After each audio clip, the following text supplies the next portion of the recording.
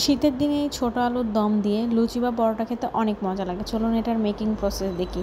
আমি প্রথমেই আলু সিদ্ধ করে ছিলে রেখেছিলাম। এটা তেলে লাল লাল করে ভেজে নিলাম।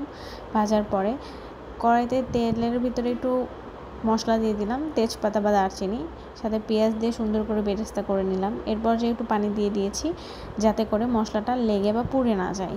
এরপর যে বাটা মশলাগুলো দিয়ে দিলাম, পেঁয়াজ বাটা, আদা রসুন এবং জিরা বাটা, সাথে লবণ, মরিচ, হলুদ গুঁড়া দিয়ে ভালো করে কষায় নিতে হবে। কষানো হয়ে গেলে এটা টমেটো অ্যাড করেছি, অ্যাড করে আবারও ভালো করে কষিয়ে নিয়েছি। টমেটো অ্যাড করার কারণ ছিল হচ্ছে গ্রেভিটা যাতে একটু থিকনেস হয় এবং খেতে আরও একটু টেস্টি লাগে।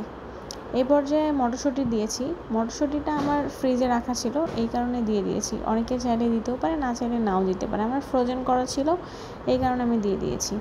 এই পর্যায়ে একটু কষিয়ে নিলাম ঢাকনাটা দিয়ে, যাতে একটু সেদ্ধ হয় ভালো মটরশুঁটিটা।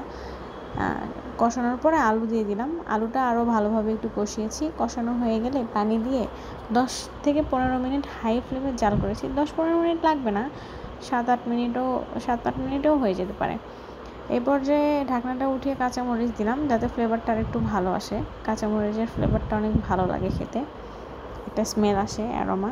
এই পর্যায়ে আরও 5 মিনিটের মতো লো ফ্লেমে জাল করেছি। ঢাকনাটা উঠিয়ে নিচ্ছি। ট্রাস্ট মি, এটা লুচি বা পরোটা দিয়ে খেতে অনেক মজা লাগে। অসাধারণ একটা মজার রেসিপি এটা। সাথে আপনি ভাতের সাথেও খেতে পারবেন।